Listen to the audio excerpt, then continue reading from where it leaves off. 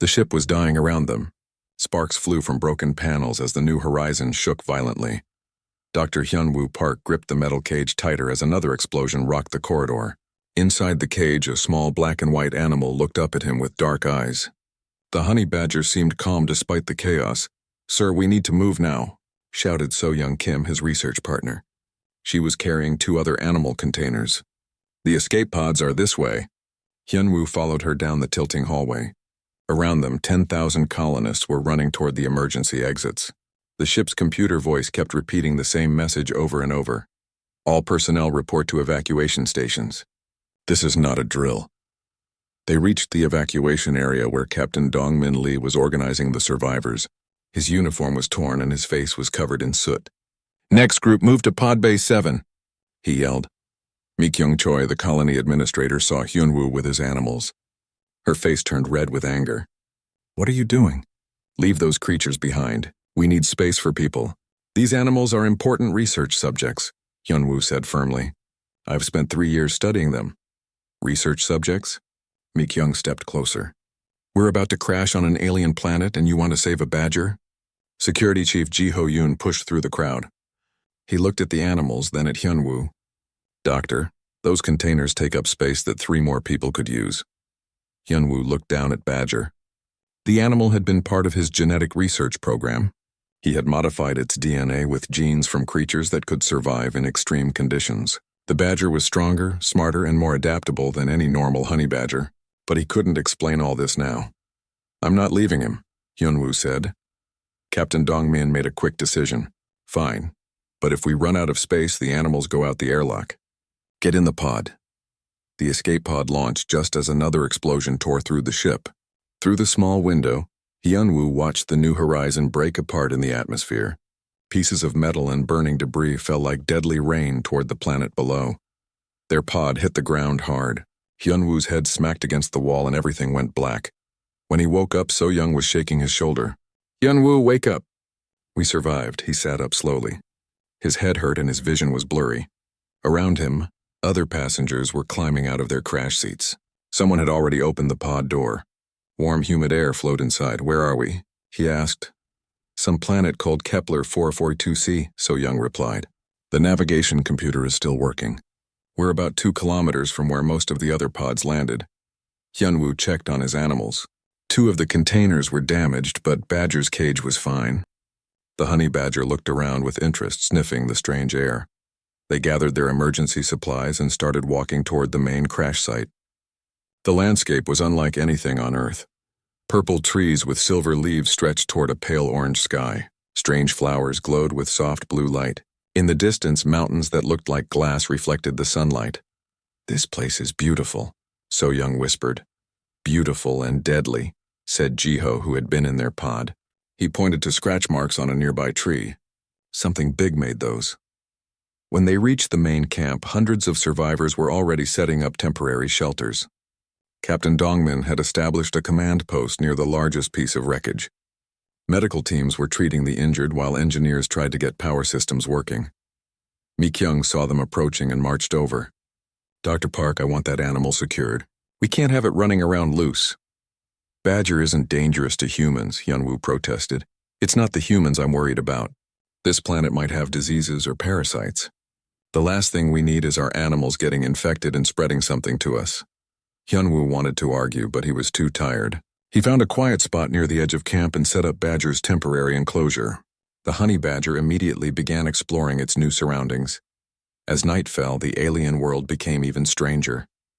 The glowing flowers grew brighter. Weird sounds echoed from the forest. Something that sounded like metal scraping against stone came from the darkness between the trees. "What was that?" So-Young asked nervously. Before anyone could answer, a scream came from the far side of camp. Then another. Ji-ho grabbed his weapon and ran toward the noise. Other security officers followed him. In the pale light of the emergency lamps, Hyunwoo saw something moving in the shadows. It was long and segmented like a giant centipede. Its shell looked like black metal, and its many legs made the scraping sound they had heard. The creature was as long as a truck and as tall as a person. "Everyone back," Ji-ho shouted. "Form a defensive line." The security team fired their energy weapons at the creature. The blast hit its shell but barely slowed it down. The giant centipede rushed forward, its mandibles clicking together like scissors. Then something unexpected happened. Badger began making noise in his enclosure. Not the usual growling or chattering of an angry animal, but something different. A low, rhythmic sound that seemed to vibrate through the ground. The alien creature stopped. Its many legs skittered nervously. It turned its head toward where Badger was making the sound. For a moment, predator and prey stared at each other across the camp. Then the giant centipede backed away. It retreated into the forest, leaving the humans unharmed. "What just happened?" Captain Dongmin asked. Nobody had an answer. The rest of the night passed quietly. Guards stayed alert, but no more creatures attacked the camp. As the alien sun rose, painting the sky in shades of pink and gold, the survivors began to assess their situation. They had emergency supplies for about 2 weeks. The ship's main computer was destroyed, so they couldn't call for help. The escape pod's communication systems had a range of only a few light years, nowhere near enough to reach Earth. "We're on our own," Captain Dongmin announced to the gathered survivors. "Our job now is to stay alive long enough to build a permanent settlement." Mi-kyung organized work teams. Some people would search for water. Others would gather food. The engineers would try to salvage useful equipment from the wreckage. Hyun-woo was assigned to the biological survey team. Their job was to figure out which plants and animals were safe and which were dangerous. It was important work, but he kept thinking about what had happened the night before. Why had Badger's sounds scared away the alien predator? Was it just coincidence? Or was there something special about his genetically modified honey badger? As the survey team prepared to enter the forest, Hyun-woo made a decision that would change everything. He opened Badger's enclosure. "What are you doing?" So-young asked. "I want to see what happens," he replied. Badger sniffed the air, looked around the camp, and then trotted toward the tree line. He seemed completely unafraid of this alien world. "Sir, that might not be smart," said one of the other team members. But Hyun-woo was already following his honey badger into the purple forest. Something told him that Badger might be their best chance of survival on this strange planet. Behind them, the human colony struggled to build shelters and find food. They didn't know it yet, but their survival would depend on the small black and white animal that most of them thought was just a waste of space. The honey badger trotted confidently through the alien undergrowth, as if he belonged there, and perhaps in ways nobody could yet understand he did. 3 weeks had passed since the crash. The human colony was starting to look more permanent. They had built shelters from salvaged ship parts and found a stream with clean water. But life on Kepler 442c was getting more dangerous every day. Dr. Hyun-woo Park watched Badger explore the camp perimeter. The honey badger had grown larger since arriving on the planet. His black and white fur was thicker, and his movements seemed more confident. Most importantly, he was completely unafraid of the alien creatures that terrified the human colonists.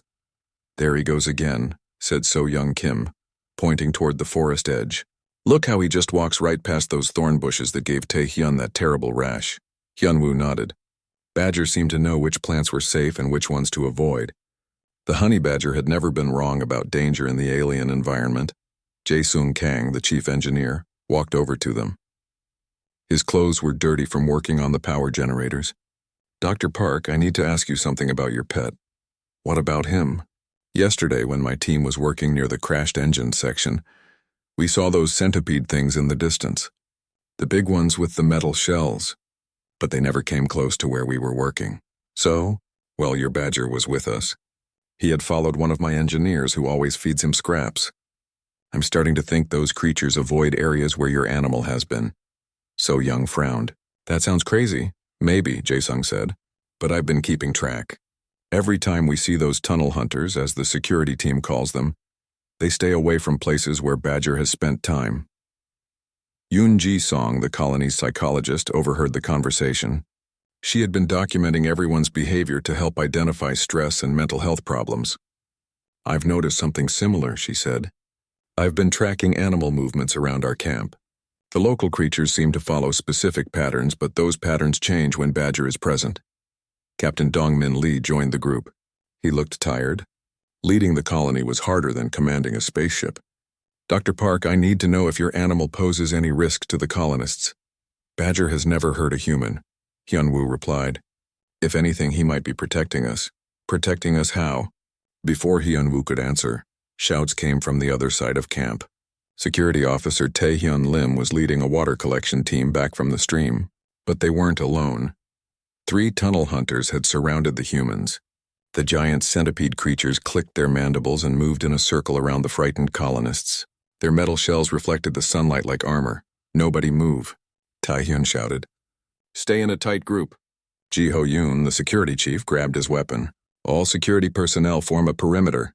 But before the guards could get into position, Badger broke away from Hyunwoo.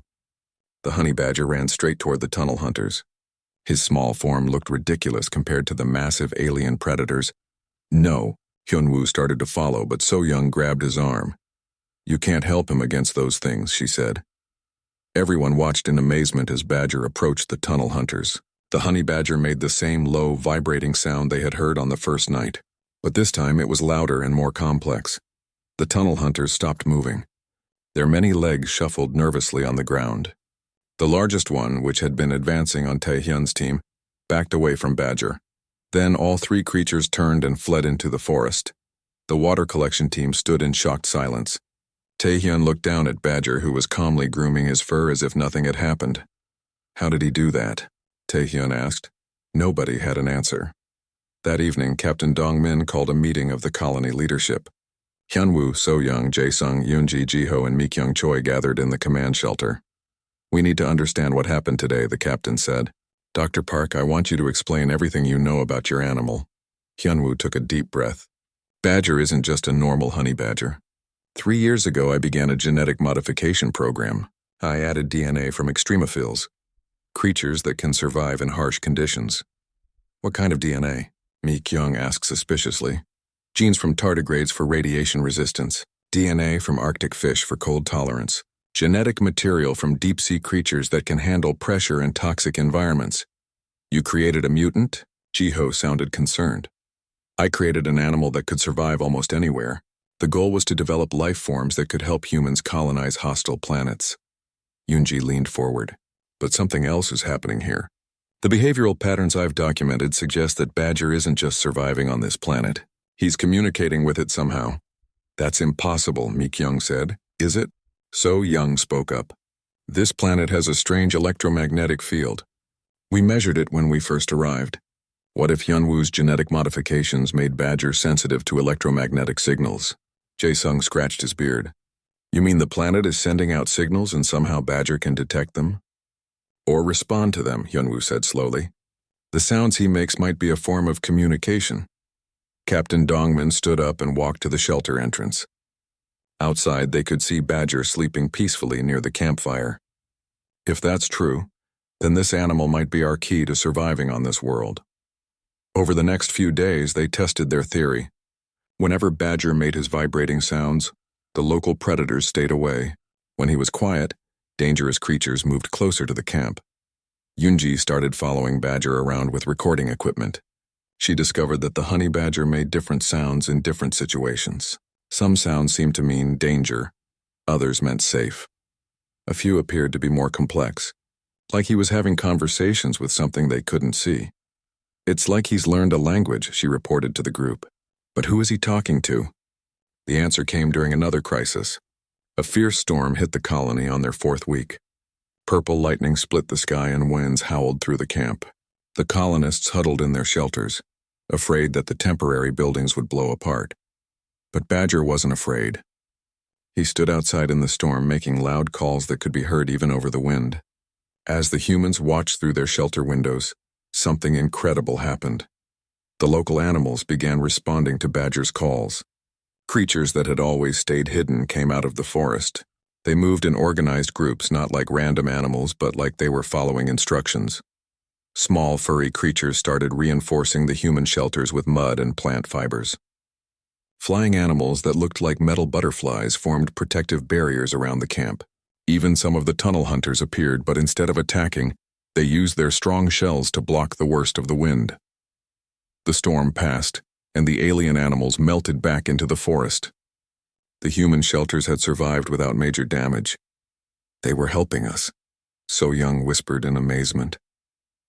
Hyunwoo looked at Badger, who was now cleaning his fur as if organizing a rescue operation was normal behavior for a honey badger. "I think," Hyunwoo said slowly, We need to stop thinking of Badger as just an animal. Something is happening here that we don't understand. Captain Dongmin nodded. From now on, Dr. Park, your honey badger has official colony protection. Whatever he is, he's keeping us alive. Mi-kyung wanted to protest, but she couldn't argue with results. The colony was surviving, and somehow it was all because of a small black and white animal that nobody had wanted to save.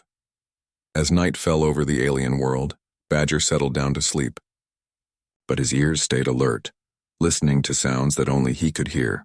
In the distance, something vast and ancient was beginning to take notice of the new arrivals on its world. The honey badger was just the beginning of a much larger mystery. Dr. Hirin Nam couldn't sleep.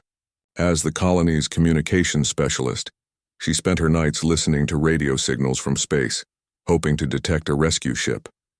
But tonight she was hearing something else entirely. Her equipment was picking up strange signals from beneath the ground. They weren't random noise. The patterns were too organized, too purposeful. They reminded her of brainwaves, but on a massive scale.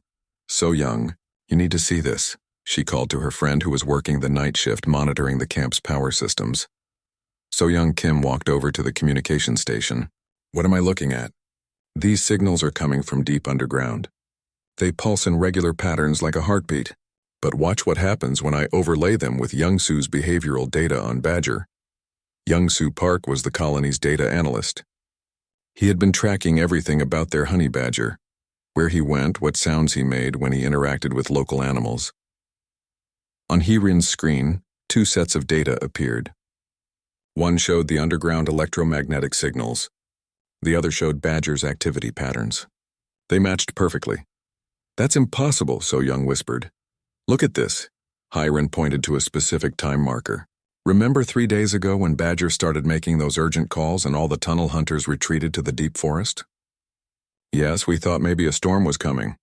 The underground signals spiked at exactly the same time.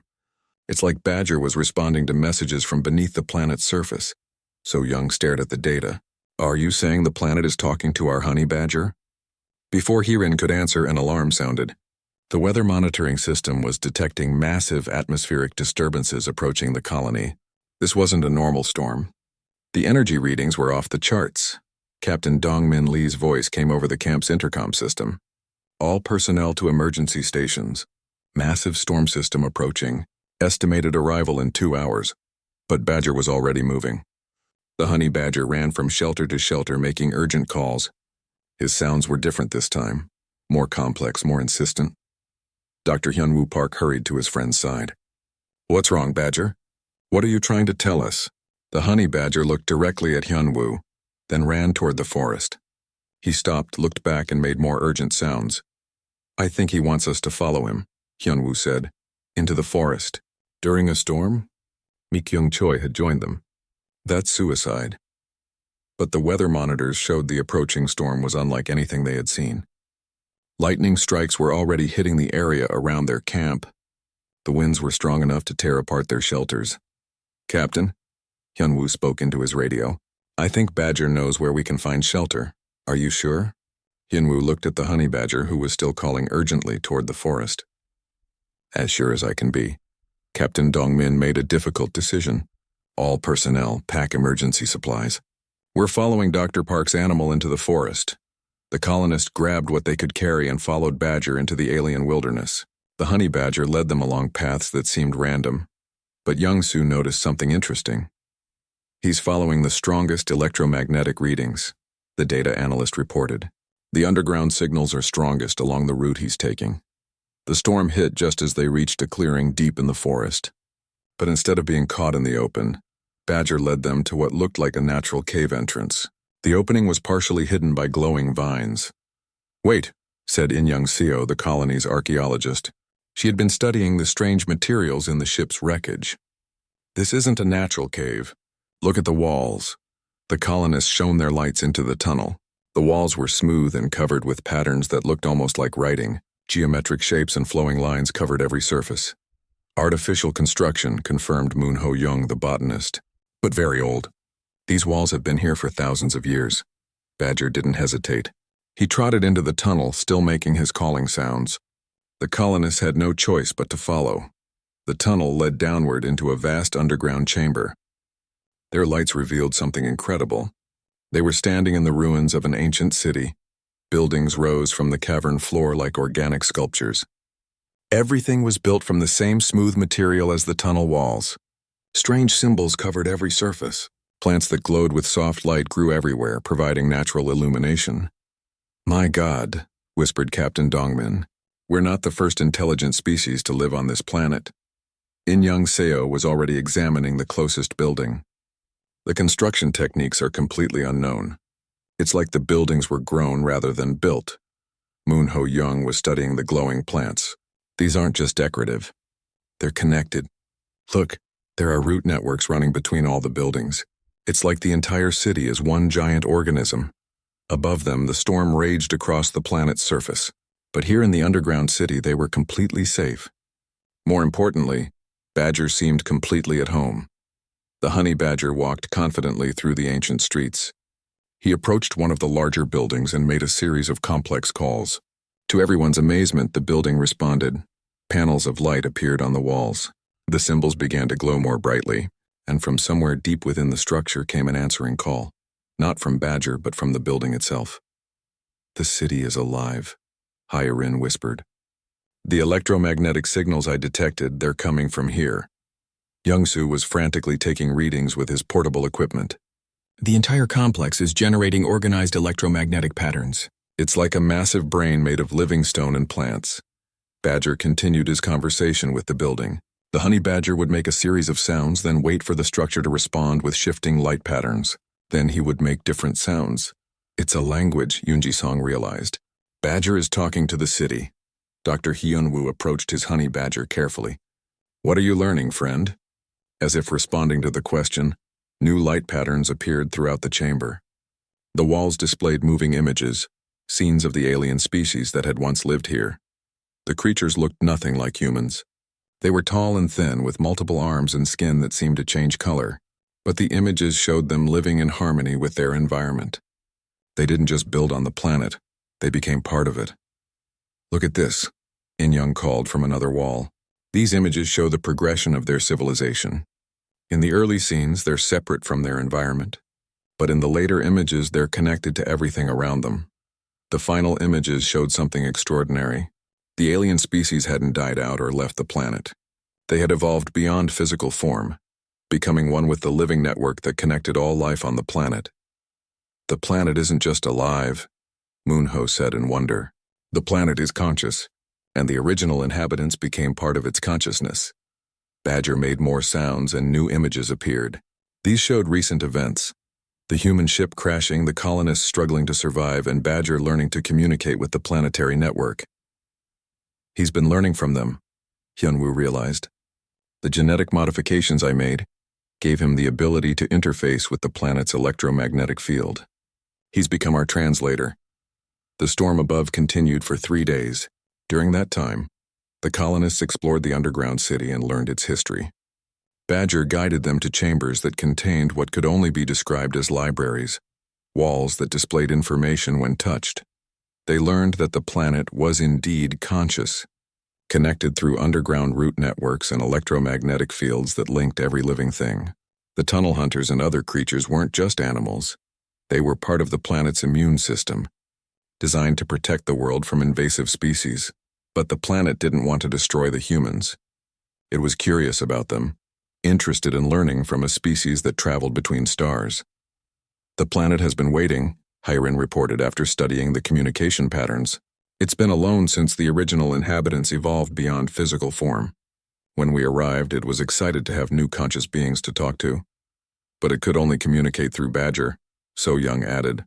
"His modified genetics made him sensitive to the planet's signals." When the storm finally ended, the colonists emerged from the underground city with a completely new understanding of their situation. They weren't stranded on a hostile alien world. They were guests of a conscious planet that wanted to learn from them. Badger led them back to their camp, which had survived the storm thanks to protective actions taken by the planet's creature network. But now the honey badger was different. His connection to the planetary consciousness was stronger, more complex. As they rebuilt their shelters, the colonists noticed that the local ecosystem was more cooperative. Plants grew where they needed building materials. Water sources appeared closer to their camp. Even the weather seemed more favorable. "We're not just surviving here anymore," Captain Dongmin observed. "We're starting to become part of this world." And at the center of it all was a small black and white honey badger, who had become the bridge between two different forms of consciousness.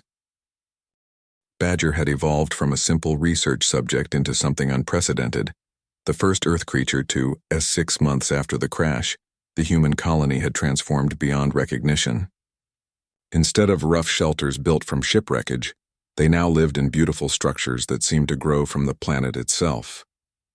The buildings were made from the same organic material as the ancient alien city, but designed for human needs. Dr. Hyunwoo Park stood outside his laboratory, watching Badger play with some of the local creatures. The honey badger had grown even larger, and his fur now had an unusual shimmer, as if tiny lights moved beneath each hair.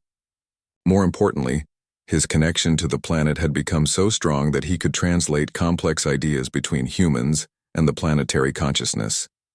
"He's changed so much," said So-Young Kim, joining Hyunwoo in the morning sunlight. "Sometimes I look at him and wonder if he's still the same animal we brought from Earth." "He's still Badger," Hyunwoo replied. "But he's also something new, something that couldn't exist anywhere except here." Their peaceful morning was interrupted by an urgent alarm from the communications station. Hirin Nam's voice echoed across the colony. "All senior staff report to the command center immediately. We have incoming ships." The leadership team gathered around Hirin's equipment. On her main screen, 3 large vessels were approaching the planet. The lead ship was massive, a military cruiser designed for planetary operations. "Can you make contact with them?" Captain Dongmin Lee asked. "I'm trying," Hirin replied. "They're not responding to our standard colony signals." Young-Soo Park was analyzing the ship's energy signatures. "These aren't rescue ships. They're military vessels. Heavy weapons, orbital bombardment capability, and troop transports." Before anyone could respond, a signal finally came through. The face of a stern military officer appeared on the screen. His uniform displayed the rank insignia of an admiral. "This is Admiral Seok Jin Han of the United Earth ship Retribution. Colony survivors, prepare for immediate evacuation. We will begin planetary sterilization procedures in 12 hours. Captain Dongmin stepped forward. "Admiral, this is Captain Lee. We request permission to speak with you before any military action is taken." "Permission denied, Captain. Our orders are clear. This planet shows signs of hostile alien activity. All human personnel will be evacuated, and the planet will be sterilized to prevent contamination." The signal cut off before anyone could respond. Mi Kyung-choi, who had grown to appreciate their new way of life, looked horrified. "They're going to destroy everything. The city, the planetary consciousness, all of it. We have to warn them," So-Young said. "They don't understand what they're about to destroy." But Badger was already agitated. The honey badger ran from person to person, making urgent calls. His sounds were different now, more complex, carrying emotional overtones that the colonists had learned to recognize as distress. "He knows," Hyunwoo said. The planet told him what's coming. Through the windows of the command center, they could see the local ecosystem responding to Badger's distress calls. Plants began closing their flowers. Animals retreated deeper into the forest. Even the glowing organisms that provided natural light began to dim. "The planet is afraid," Yoonji-song observed. "It's going into defensive mode." 3 hours later, a military shuttle landed at the colony.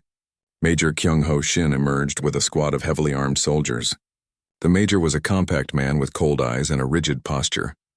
"All colonial personnel will board evacuation transports immediately," he announced. "Bring only essential personal items. Everything else stays here." Captain Dongmin stepped forward. "Major, we need to brief your command on the situation here. This planet is not hostile. It's intelligent, and we've established peaceful relations." Major Shin looked around the colony with distaste. "Captain, I can see that you and your people have been contaminated by prolonged exposure to alien influences. Standard procedure requires immediate evacuation and quarantine." "Contaminated?" Dr. Hyunwoo couldn't believe what he was hearing. "Major, we've made first contact with an alien intelligence. This is the most important discovery in human history." "What I see," Major Shin replied, "is a group of survivors who have lost perspective after trauma and isolation. You're suffering from collective delusion brought on by alien pathogens." Do Hyun Choi, one of the colony's xenobiologists, tried to explain. Sir, we have scientific data. Documented evidence of intelligent communication with the planetary consciousness. Consciousness? Major Shin laughed harshly. Soldier, this planet is covered with hostile life forms. Our orbital scans show massive creatures moving underground, electromagnetic anomalies that interfere with our equipment, and atmospheric toxins that clearly affect human judgment. Dr. Yejin Wu, the colony's medical officer, stepped forward. Major, I've monitored the health of every colonist for 6 months. There are no signs of toxin exposure or mental degradation. If anything, our people are healthier than they were on the ship. That's what you think, Major Shin said, but contamination can be subtle. You're all coming with us for proper medical evaluation. As the argument continued, Badger approached the group of soldiers. The honey badger's enhanced senses had detected something the humans missed. These newcomers carried weapons designed to kill living organisms on a massive scale. Badger began making warning calls. His sounds carried across the colony and into the forest beyond. The response was immediate and alarming. The ground began to vibrate. Trees swayed without wind. In the distance, massive shapes moved beneath the earth. The tunnel hunters that the colonists had learned to live peacefully with began emerging from their underground homes. Hostile contact, one of the soldiers shouted. Multiple large creatures approaching the perimeter. Major Shin drew his weapon. See? The planet's immune system is activating. It recognizes us as a threat. No, Hyun-woo said desperately. The planet is defending itself because your ships are preparing to attack it. Badger is trying to warn everyone about the danger. That animal is part of the contamination, Major Shin declared. It should have been destroyed immediately. The Major raised his weapon toward Badger. But before he could fire, something unprecedented happened. The planetary consciousness spoke. Every piece of electronic equipment in the colony began displaying the same message. The words appeared in perfect human languages on screens, walls, and even in patterns of light formed by the glowing plants. Humans of Earth, we mean no harm. We seek friendship. Do not destroy what we have built together. Major Shin stared at the messages in shock. Impossible. This is some kind of trick. But the messages continued, growing more complex. The planet began showing images, memories of the colonists' first arrival, their struggles to survive and their gradual integration into the planetary ecosystem. Your people learned our language. We learned yours together. We can create something new. Please do not fear us. The soldier who had shouted about hostile contact lowered his weapon. Sir, these creatures aren't attacking. They're just watching us. Indeed, the tunnel hunters had formed a circle around the colony, but they weren't threatening anyone. They simply stood at attention like an honor guard. Admiral Han's voice crackled over the radio. Major Shin, report your status. We're detecting massive electromagnetic activity on the planet's surface. Major Shin looked around at the messages still appearing on every surface, at the peaceful but alert alien creatures, and at the colonists who clearly believed they were communicating with the planet itself. Admiral, he said slowly, I think we need to delay the sterilization protocol. Negative? Major, our orders are clear. Sir, with respect, our orders didn't account for the possibility of successful first contact with an alien intelligence. There was a long pause before Admiral Han responded. Major, bring a representative group of colonists to the flagship immediately. I want to hear their story before we proceed. As preparations began for the trip to the orbital fleet, the colony split into 2 factions. Mi Kyung-choi led a group that wanted to leave with the military ships. They had survived on the alien world, but they missed Earth and worried about the risks of staying. But Captain Dongmin, Hyun-woo, So Young, and many others wanted to remain. They had become part of something larger than human civilization.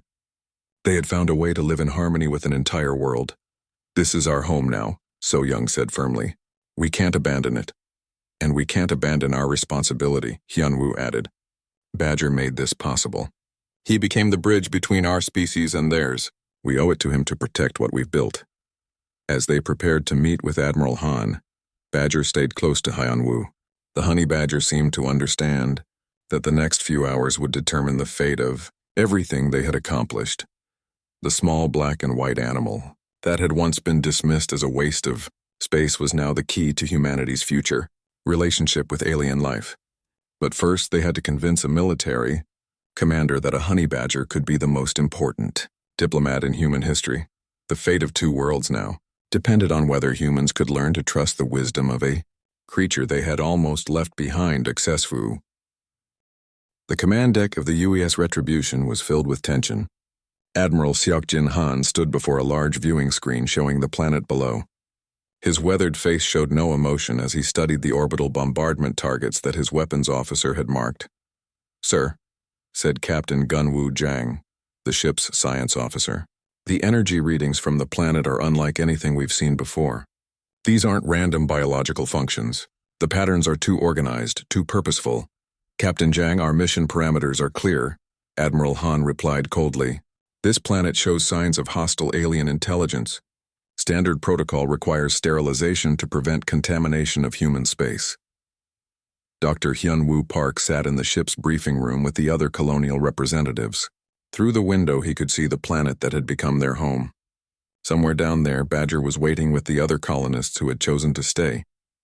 "Admiral," Hyun-Woo said as Han entered the room, "before you make any decisions, you need to understand what we've discovered down there." "Dr. Park, I've read your reports. They describe impossible scenarios. Talking planets, telepathic animals, and alien consciousness networks. Do you honestly expect me to base military decisions on science fiction?" So Young Kim leaned forward. "Admiral, we have documented proof.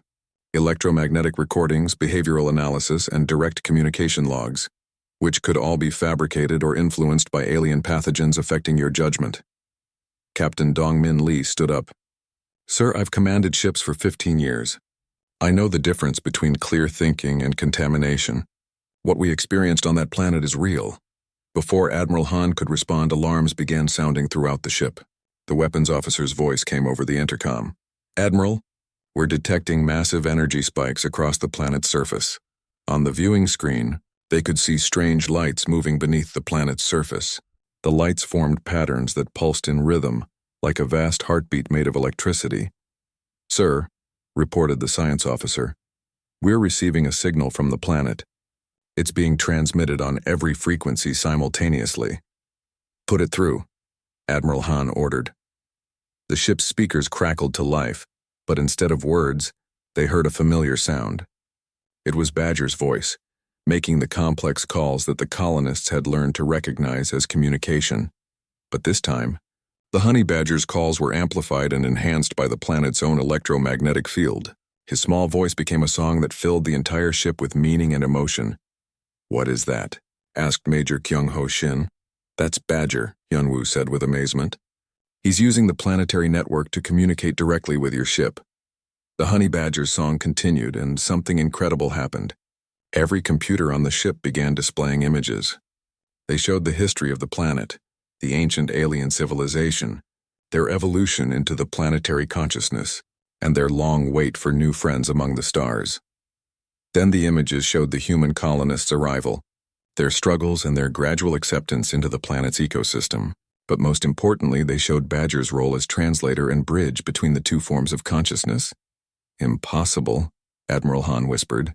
"How is an Earth animal communicating with our ship's computers?" Captain Gunwoo Jang was frantically checking his instruments. "Sir, the signal is incredibly sophisticated. It's not just electromagnetic. It's quantum entangled with our ship's systems. This level of technology is far beyond anything humans have developed." The images continued, showing possible futures. In one future, the human fleet destroyed the planet, wiping out billions of years of evolution and the last remnant of an ancient civilization. In another future, humans and the planetary consciousness worked together, learning from each other and growing into something greater than either could achieve alone. But the most powerful images showed what Badger had become. The honey badger was no longer just an Earth animal or an alien hybrid. He had evolved into something completely new, a living bridge between different forms of consciousness. "The planet isn't just intelligent," Hyun-Woo explained as the images played. "It's offering us a choice. We can remain separate or we can join them in a new form of existence." "Join them how?" Admiral Han asked, though his voice had lost its hostile edge. So Young answered, "Some of our colonists have begun the transformation. They're learning to interface directly with the planetary network while remaining human. It's not replacing our consciousness, it's expanding it." The images shifted to show colonists who had chosen to integrate with the planet. They still looked human, but they moved with perfect coordination with their environment. They could communicate with the planet's creatures, understand the flow of weather patterns, and sense the health of entire ecosystems. They're becoming gardeners of worlds, Captain Dongmin explained. Caretakers who can help planets and their inhabitants thrive together. Major Shin studied the images carefully. What about those who don't want to transform? The planet understands, Hyunwoo replied. Some colonists will return to Earth to share what we've learned. Others will stay but remain fully human, living in partnership with the planetary consciousness rather than joining it. Admiral Han was quiet for a long moment. On the screen, more images appeared, showing the vast loneliness the planet had experienced since its original inhabitants evolved beyond physical form. It had been alone for millennia, waiting for someone new to talk to. Sir? Captain Gunwoo said quietly, if this is real, if we're looking at genuine first contact with an alien intelligence, then destroying this planet would be the greatest crime in human history. And if it's an elaborate trap? Admiral Han asked. The answer came from an unexpected source. Badger's voice changed, becoming deeper and more complex. But now it carried words that everyone could understand. We could have taken your ships when they arrived. We could have disabled your weapons. We choose to speak instead of fight. We offer friendship, not conquest. The Admiral stared at the speakers. The planet is talking to us directly? Through Badger, Hyunwoo confirmed. He's become the translator for an entire world. The planetary consciousness continued speaking through the enhanced honey badger. Your people taught us about dreams of distant stars. We can teach you about harmony with living worlds. Together, we can help life flourish across the galaxy. Images appeared showing other planets, dead worlds that could be brought to life, struggling ecosystems that could be healed, and new forms of civilization that could develop when different types of consciousness work together. They're offering us partnership, So Young realized, not just on this planet, but in exploring and healing worlds throughout human space. Admiral Han walked to the viewing screen and stared down at the planet. The lights beneath its surface were pulsing more slowly now, peacefully, like a relaxed heartbeat. Dr. Park, he said finally, I want you to explain something to me. How does a simple honey badger become the ambassador for an alien world? Hyunwoo smiled. Badger was never simple, Admiral. Honey badgers are already among Earth's most adaptable and fearless animals. The genetic modifications I made just gave him the tools to adapt even further. But the real key was his personality. Personality? Honey badgers don't give up. They don't back down from challenges, and they're surprisingly social when they find someone worth trusting. Badger didn't just survive on this planet. He made friends with it. The Admiral considered this. And now he's asking us to make the same choice he did. To trust something alien and unknown. Yes, sir. And to trust that cooperation is stronger than conquest. Admiral Han was quiet for several more minutes. Finally, he turned to his communications officer. Cancel the sterilization protocol. Stand down all weapon systems, sir? Major Shin sounded surprised. Major, we came here expecting to find survivors of a crash. Instead, we've found the most important discovery in human history. I'm not going to be the Admiral who destroyed first contact because I was too afraid to trust a honey badger. The relief in the briefing room was overwhelming. So Young started crying. Captain Dongmin smiled for the first time in months. And down on the planet, they could see lights beginning to brighten as the planetary consciousness realized it was safe. Over the following weeks, the human fleet established a permanent research station in orbit around the planet. Some colonists chose to return to Earth to share their experiences and knowledge. Others remained to continue their integration with the planetary consciousness. But perhaps the most important development was the creation of a new program. Using Badger's example, human scientists began developing ways to help other Earth animals adapt to alien environments. The goal was to create a network of biological translators who could help humanity communicate with alien life throughout the galaxy. Dr. Hyunwoo Park became the director of the Interspecies Communication Project.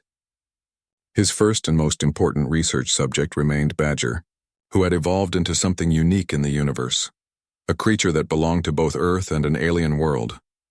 What do you think he dreams about? So Young asked one evening as they watched Badger sleeping peacefully near the colony's main building. The honey badger's fur shimmered with the soft light that indicated his connection to the planetary network was active even in sleep.